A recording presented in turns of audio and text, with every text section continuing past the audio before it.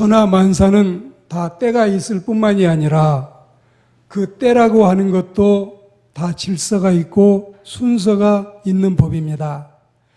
고린도전서 14장에 보시면 하나님은 어지러움의 하나님이 아니시고 질서의 하나님이시라.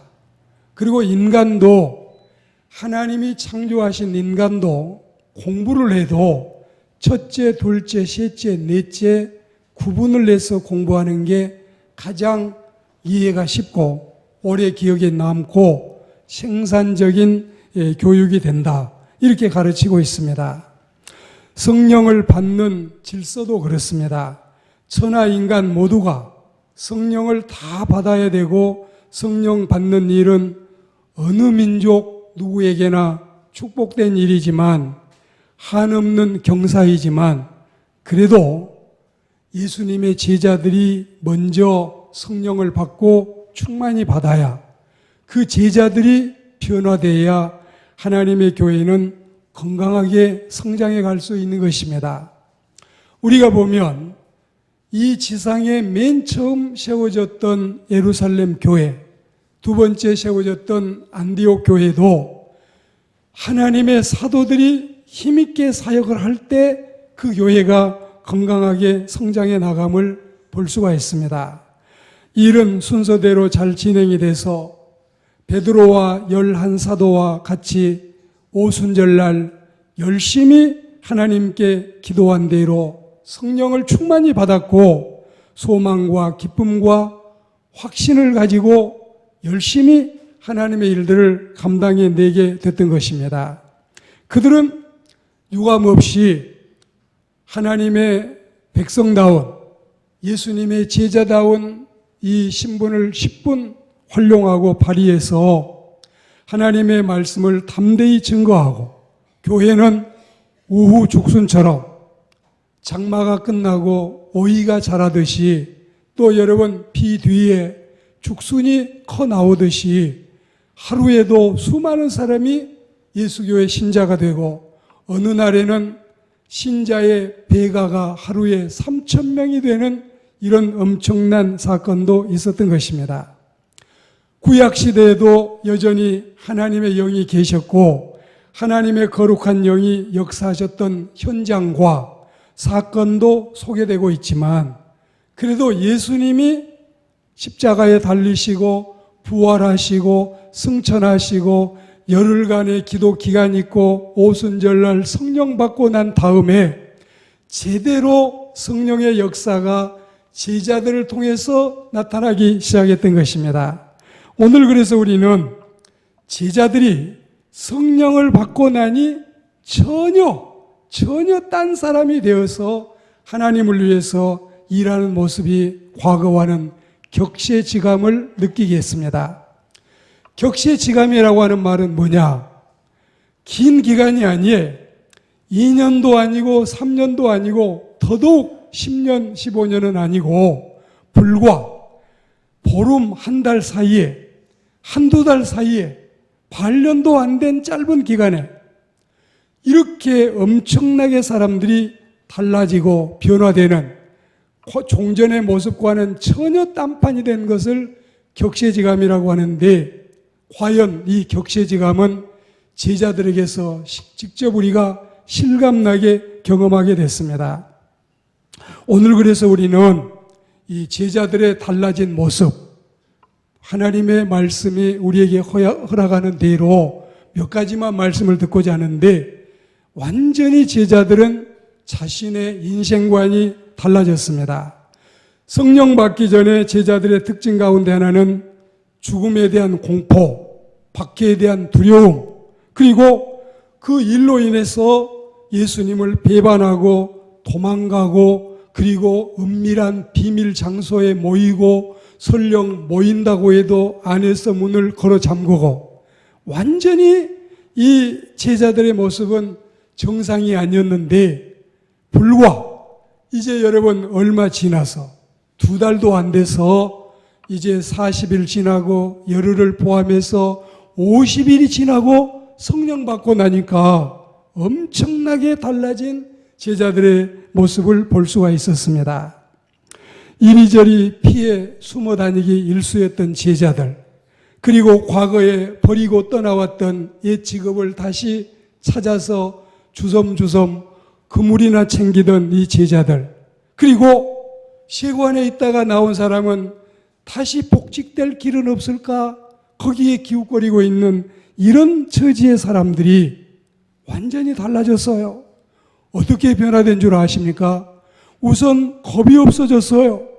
강하고 담대한 용기의 사람들이 됐어요.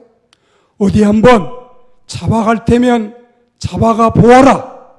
이제 우리는 옛날 우리가 아니다. 가둘 테면 가두어라.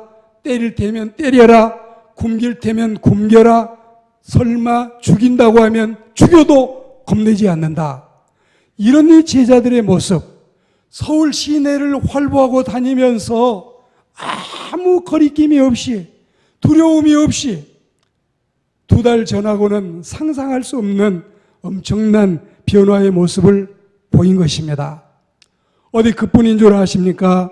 성령 받기 전에는 주님의 십자가만 생각하면 마음속에 슬픔이 밀려오고 두려움과 공포가 있었지만, 이제는 이런 슬픔과 두려움은 온데간데 없이 사라지고 신앙의 기쁨과 희열이 가득 차왔음을 믿습니다. 아멘. 이 엄청난 변화, 과거에는 긴긴 밤 지새우며 한숨이나 몰아쉬고 우리가 이러려고 예수를 따라다녔었던가, 우리가 결국 이렇게 끝나고 마는 것인가, 이렇게 포로의 모습, 폐잔병의 모습을 가지고 있었던 그들이 이제는 담대해지고 헛걱정이 사라지고 안식과 평화가 찾아오고 슬픔이 변해서 기쁨이 되고 옛 생활이 변해서 새 생활이 시작이 됐습니다. 이러니 엄청난 변화, 인생관의 변화, 이거는 성령의 충만함을 힘입으면 제자들뿐만이 아니라 우리 모두도 이와 같이 변화될 줄 믿습니다. 여러분이 성령님을 만나시고 성령님의 내주하심과 성령님의 조명하심과 성령님의 섭리하심과 성령님의 간섭하심을 따라 살고 그 성령을 충만히 받으면 우리는 완전히 제자들처럼 우리도 변화될 줄 믿습니다. 신자들은 이제 사순절의 경건함을 넘어서서 오순절의 기쁨으로 가득 찼습니다. 예수교회는 언제까지나 십자가만 바라보면서 침울하고 우울해 있는 게 아니라 오순절에 성령의 역사를 한껏 내 가슴에 끌어들이고 우리는 주와 함께 변화되는 삶을 살아야 되는 것입니다.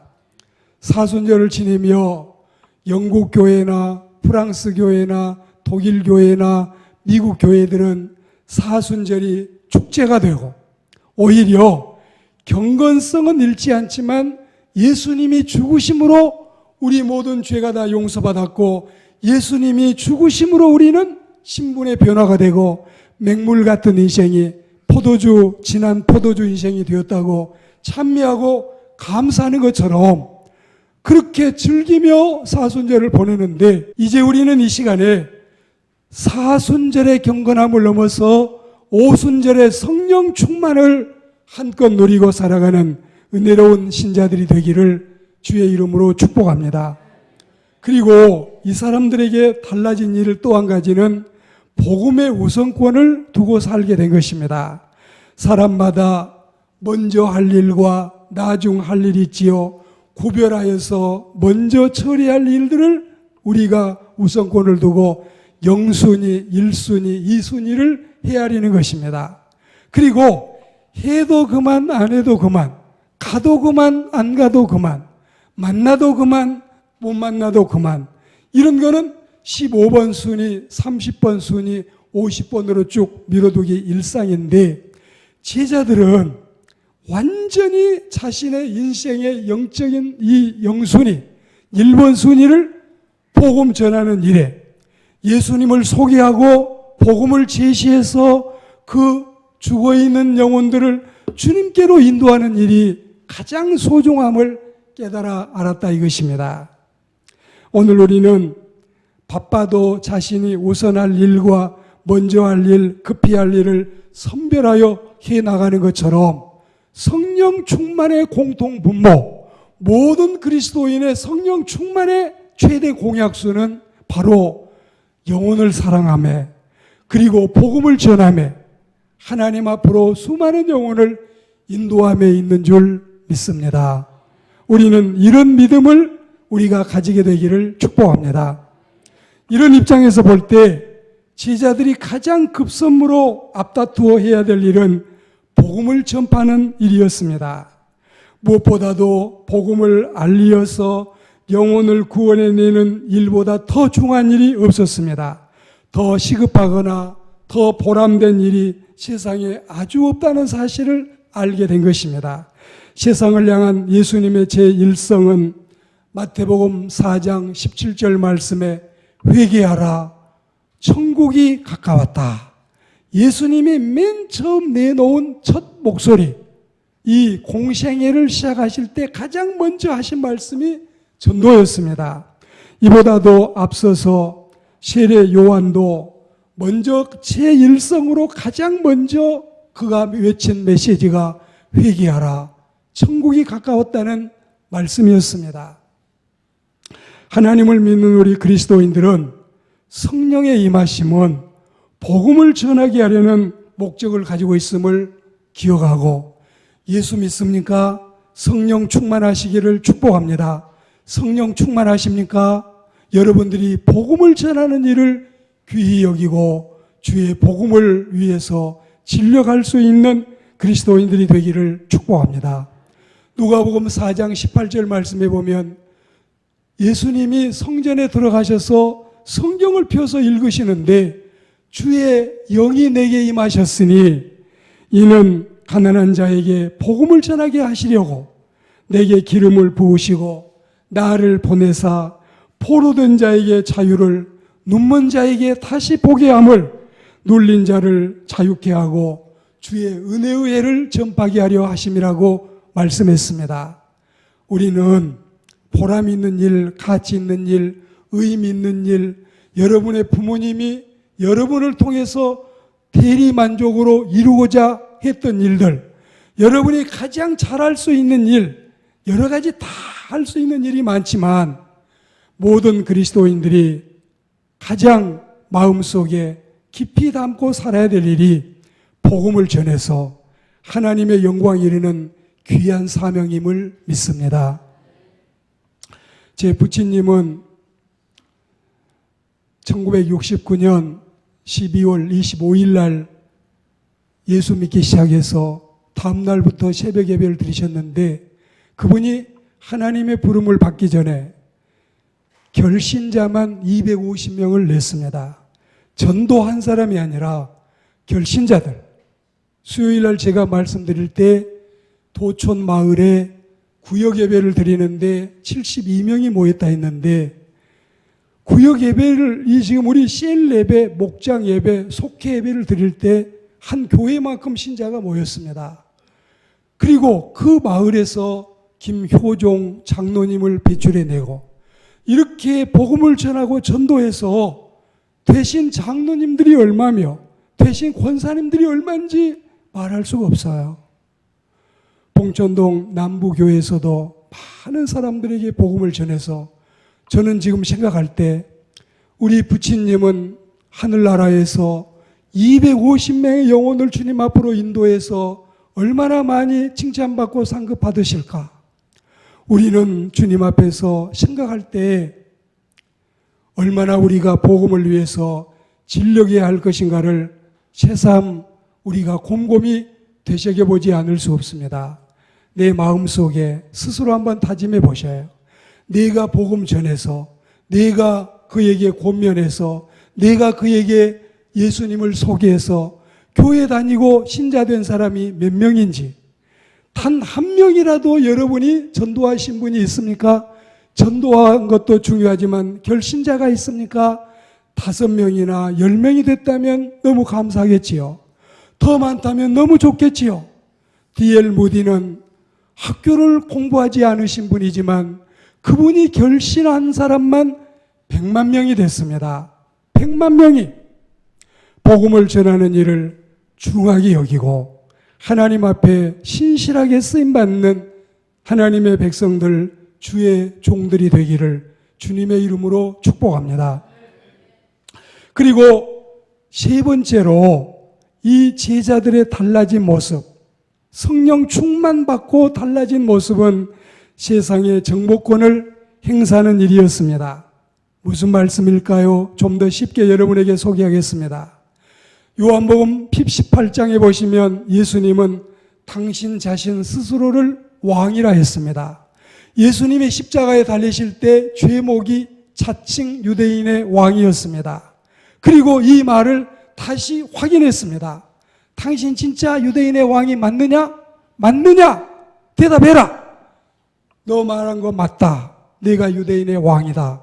주님은 자신이 왕이라는 사실을 분명히 말씀을 하셨습니다. 그리고 모든 믿는 그리스도인들에게 왕 같은 제사장, 그리고 주님과 함께 왕 노릇하리라는 디모데서의 말씀이 있습니다. 하나님을 믿는 그리스도인들은 육신적으로는 섬기는 생활, 겸손한 생활, 낮아지는 생활, 끝없이 디아코노스의 삶을 살지만 영적으로는 마태복음 28장 말씀처럼 가라, 너희는 가서 천하 만민 모든 족속을 제자로 삼아라. 그리고 성부, 성자, 성령 하나님의 이름으로 세례를 주어라. 그리고 지금까지 너희가 듣고 배운 모든 말씀을 그들에게 가르쳐서 지키게 하라. 보라, 내가 세상 끝날까지 항상 너희와 함께 있으리라. 아멘. 할렐루야. 우리 그리스도인들은 아비의 마음, 제사장의 마음, 주님의 마음, 목자의 마음이 모든 그리스도인에게 있어야 돼. 우리는 여러분 섬기는 자로 살아가지만 영적으로는 우리가 영적인 제사장이 되고 우리가 영적으로 그 사람들을 거느리고 그들을 살피는 목자가 되어야 되는 것입니다. 대통령들이 새로 뽑히면 헌임은 기간도 있고 또 여러분 이게 단회 5년씩을 하자면 한 반 정도 텀을 돌 때까지는 다 잘해요. 그런데 이제 이 뒤로 가다가 다 몰락을 하고 이런 경우가 많지 않습니까? 이번에 선출된 대통령이 어떤 이 연로하신 분이 비틀거리고 있을 때 이분을 부축해서 모시고 온다든지, 아버지가 일찍이 총에 맞아 세상을 떠나갔는데 아직도 슬픔을 잊지 못하고 있는 그 딸을 껴안아주고 위로한다든지, 얼마나 여러분 이게 보기에 좋고 귀한 일입니까? 그러면 그걸 보면서 백성들은 애게게 대통령이 할아버지나 부축하고 다니고 저 자매님이나 껴안아주고 그러면서 여러분 하대합니까? 그를 낮잡아 봅니까? 아니올시다. 더 그 사람을 존중하고 정말 이번에 우리가 선거는 잘했나 봐. 아직까지 우리가 판단할 수는 없지만 저 사람이 5년을 다 마치고 청와대에서 이사 갈 때까지 우리는 부릅뜬 두 눈으로 저 사람이 잘하기를 감시하고 살펴야 되겠지만 지금 보기에는 우리가 잘한 것 같아. 이럴 수 있지 않습니까? 그런데 우리가 거드름이나 피우고 언제 선거했느냐는 듯이 백성들이나 이 눈이나 흘기고 돌아다니고 악수하려고 손을 내밀어도 손도 잡아주지도 않고 이런 사람을 제대로 우리가 사람으로 치고 있습니까? 그렇지 않지요. 예수 믿는 교인들은 제가 왜 이런 예화를 들까요? 낮아져야 돼요. 겸손해야 돼요. 섬기는 자가 돼야 돼요. 잘난 척하면 안 돼요. 모든 사람 앞에 우리는 공손해야 돼요. 그러면서도 영적으로는 절대 우리는 천하의 모든 사람들을 양으로 생각하고 어버이의 심정과 목자의 심정과 그리고 우리는 모든 이 세상의 사람들을 우리가 바라볼 때 부모의 심정으로 바라볼 수 있는 은혜로운 심정의 소유자들이 되기를 축복합니다. 제자들에게 성령 충만하고 달라진 게 바로 이거였어요. 모든 사람을 바라볼 때 그러해야 돼요. 그러해야 돼. 우리는 부모님이 재혼하지 않고 한 어머니, 한 아버지셨는데 이분들이 11명 형제를 낳았습니다. 어머니가 제일 먼저 교회 가셨고 제가 그 집안에 두 번째로 교회 갔습니다. 그런데 저는 그 집안의 7번째 아들인데 아까 소개했던 그 부친 장로님은 제가 전도를 했습니다. 그러니까 저는 어찌 보면 영적으로 끝까지 저는 저분이 내 부친이고 아버지시지만 저분은 내 양이라는, 그리고 항상 저는 나중에 사역자가 됐기 때문에 끊임없이 그분은 목사님 하며 영적으로 존대하는 모습을 보았습니다. 우리는 이 지방교회에서 녹동 제1교회라고 하는 교회가 있는데 거기 보면 여러분 강장로님이라고 하는 분이 계시는데 이 강영일 장로님에게 아버지가 항상 자기 아들에게 장로님, 강장로님 그랬어요. 나중에 아버지도 복음을 받고 또 그 교회 장로가 됐어요. 이제는 같은 장로가 됐지만 같은 장로가 돼도 아들이 선임 장로가 되신 거예요. 항상 아들의 장로님을 이름을 안 부르고 장로님 했어요. 여러분, 우리는 영적인 권위라고 하는 것은 범접할 수 없는, 아무도 쉽게 그걸 여러분 하대할 수 없는 엄청난 하나님의 은총이 있음을 믿습니다. 제자들이 다 부족해도 예수님의 직계 제자이기 때문에 그들이 그렇게 중하게 쓰임을 받았던 것입니다. 하나님을 믿는 그리스도인 여러분, 오늘 말씀을 맺겠습니다.